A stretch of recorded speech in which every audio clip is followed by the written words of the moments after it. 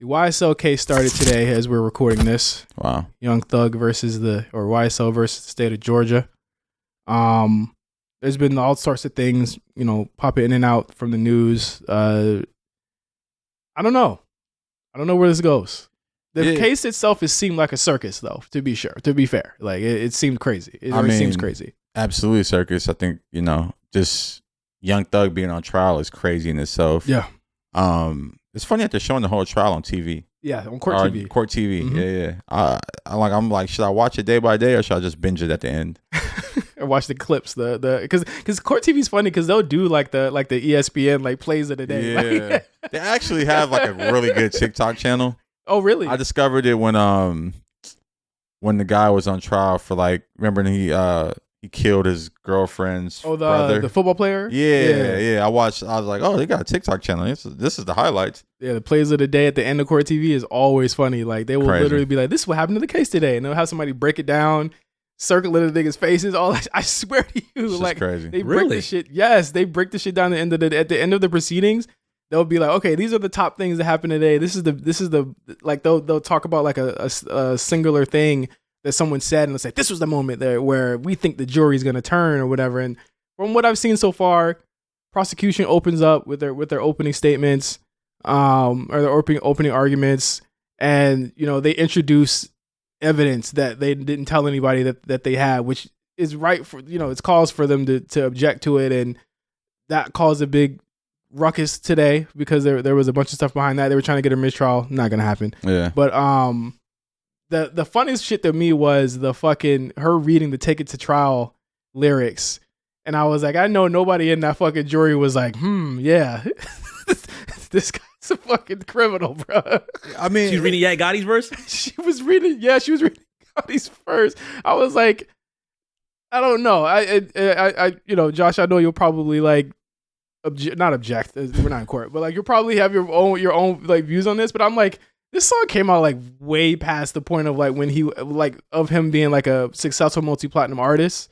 Like I would have expected him to dig deeper into like 1017 Thug or like some shit like early shit where he was actually explicitly saying shit like that. But that's not the timeline of it all. You gotta think they're trying to establish him as the shot caller, the guy who called the shots. Like those early things is probably him as a soldier. Yeah, and probably exaggerating a lot more than now. He's like talking about shit that's actually happened. I saw they did bring up like they were talking about like when Nut, the guy who passed away, died, and like he was driving in a Tahoe. Thug has a line where he says 100 rounds in the Tahoe. Like that's the shit they're looking for, and that's the shit that's gonna like. But I also feel like the defense can say he could be talking about some shit he heard. Absolutely. A lot of lyrics could, like the lyric thing is a slippery slope for sure. Yeah. Like because if there's somebody in the jury that's just like, wow, it's like like the Bobby Shmurda case, right? Like literally everybody he named in that went to jail. Or like remember when Saw Baby video hit him with a stick. Like pull up with a stick came out. He got in trouble with that? Yes, First 48 had a whole episode where they found all the niggas in that video.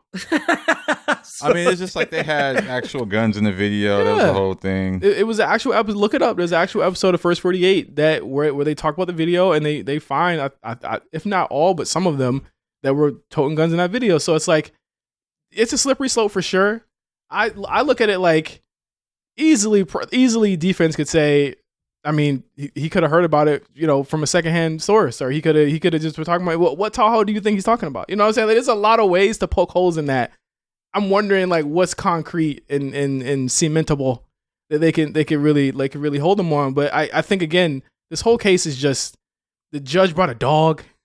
Like I'm just like, this is some backwoods country type shit. I don't know what's gonna happen at the end of this. I'm worried. I've already like settled and come to terms with the fact that he's going to be sitting down, if not for like the rest of his life, then for a considerable amount of time. I've come to terms with that. Damn. Honestly, you're always the one saying you're thinking that somebody's going to do 20, 50, 25 years. I think he'll get off. No way. I think he gets off. I think the case is such a shit show, just the way they're going about it. There's nobody left, by the way. It's literally just like him and like two other people. I think it's Yak Gotti's son. Gotti's. I'm gonna be real. Yak. It's not looking good for Yak. It's not looking good for Yak. We'll see. I honestly think he gets off just because, like, I think people understand that he's not.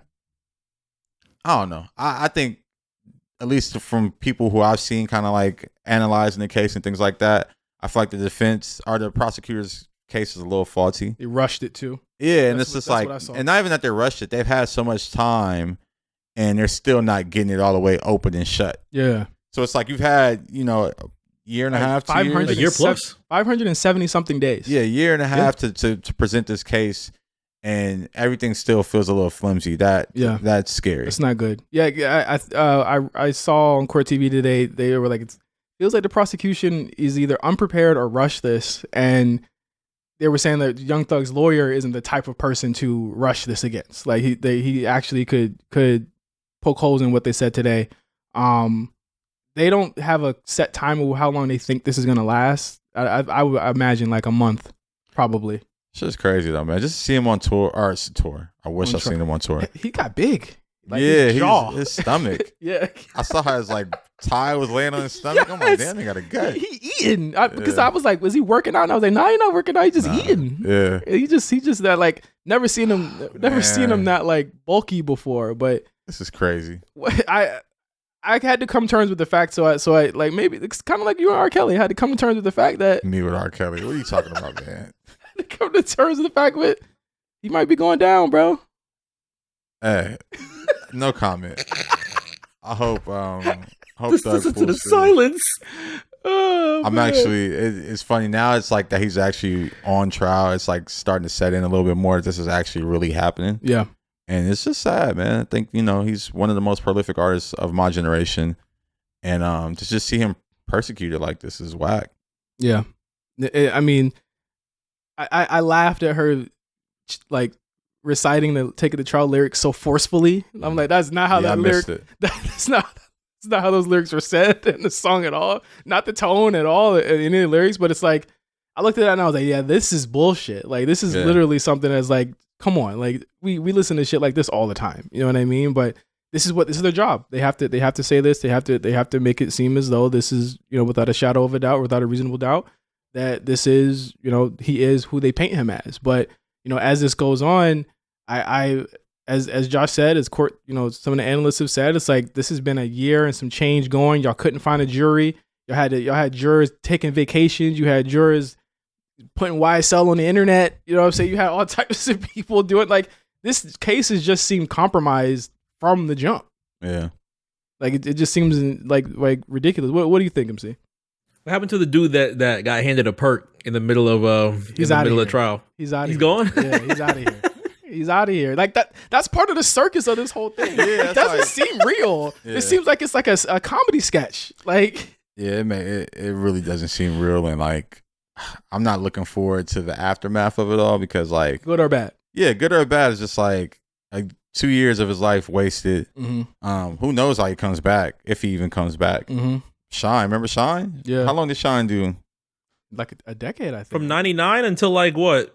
14, 16? Oh, no, maybe? I just remember when Shine got out, man. That shit did not sound the same. He shouldn't have tried to rap again. When Bobby Shmurda got out. Shit did not sound the same. I think Thug is definitely more talented than Bobby Shmurda in that aspect. I just don't know, man. And maybe Shine too.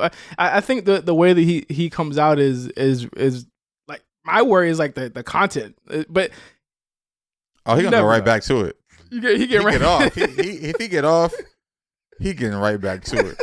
Maybe worse. He gonna be like, yeah, Double Jeopardy. It's gonna be the name of his first album if he get off. Shit's crazy. I'm hoping for the best, but I started listening to, like, I haven't been able to listen to his music for like a year.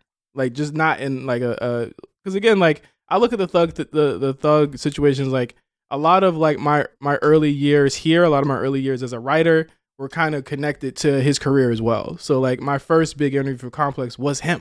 Mm-hmm. You know what I mean? A+ helped me get that, and I interviewed him on the radio. I did a lot of stuff with him at the Hundreds. I did a lot of stuff with a lot, a lot of his team. I worked with Alex and everybody. Like I got to know a couple of the people there, and it was just hard to see that. It was hard to listen to his music because it was a bummer. You know what I mean? Yeah. But I was like, I listened to Barter 6 last week, and I was like, this shit still goes, and regardless of what happens, that's not gonna change. You know what I mean? And as a fan, it's just been tough. Real tough. Yeah, no, I mean, I really, I'm interested to see, like, win or lose, like, what happens to the hip hop community. Mm-hmm. Like, does this change what people rap about? Does this change just the sentiment around his music? Like, does he become this type of like musical martyr? It's gonna be interesting. And I mean, and again, win or lose, he becomes that anyway, because he becomes, if he wins, he becomes the person where they tried to use his lyrics against him and it didn't work. This is why they should stop doing it. Mm-hmm. He becomes that vision. I don't even know if he wants that distinction on him, but it's going to follow him forever. If he loses, it's like, okay, what are we about to do with our lyrics and how can we stop this? Because it's ridiculous. It's like going to a Michael Crichton, the author, and being like, well, you can't say shit like that. We could take you to jail for that. Yeah. Somebody died that same way. You know what I'm saying? Like that is like, where do we draw the line? So